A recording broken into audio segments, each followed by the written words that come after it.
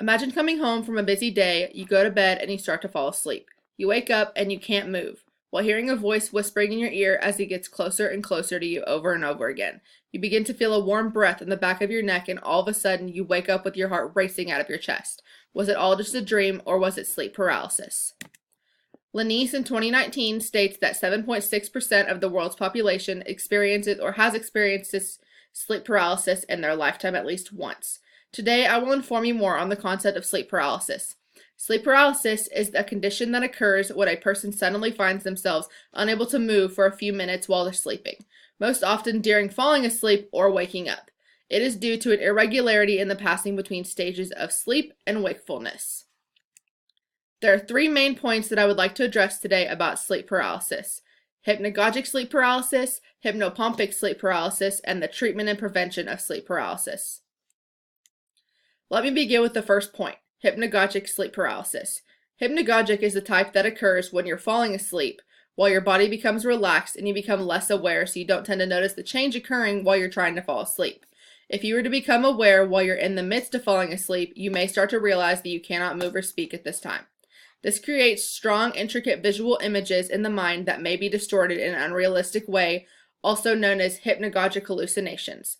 When the immobility, fear, muscle tightness, and difficulty breathing occurs, this is because these two things, sleep paralysis and the hallucinations, are colliding and working together at this time in specific. This brings me to my next point, hypnopompic sleep paralysis. Hypnopompic occurs during sleep when your body switches from REM to NREM, which takes about 90 minutes to complete the entire cycle. During NREM, your body relaxes and restores itself, which takes up 75% of your sleep session.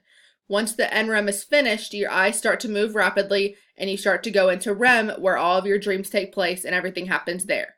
During REM, your muscles are then turned off completely, and if you were to become aware before it is finished, that causes you to become not able to move or speak at this time. Now that I've told you about the two forms of sleep paralysis and their components, I'm going to discuss the diagnosis and the treatment. Sleep paralysis is something that doesn't always have a diagnosis, but it can happen to anyone at any point in time. But sometimes it can cause an enormous amount of sleep disturbance for people. When that happens, doctors will tend to order tests like the polyosonogram, which is an overnight sleep study that measures your brain and lung activity, also your heart.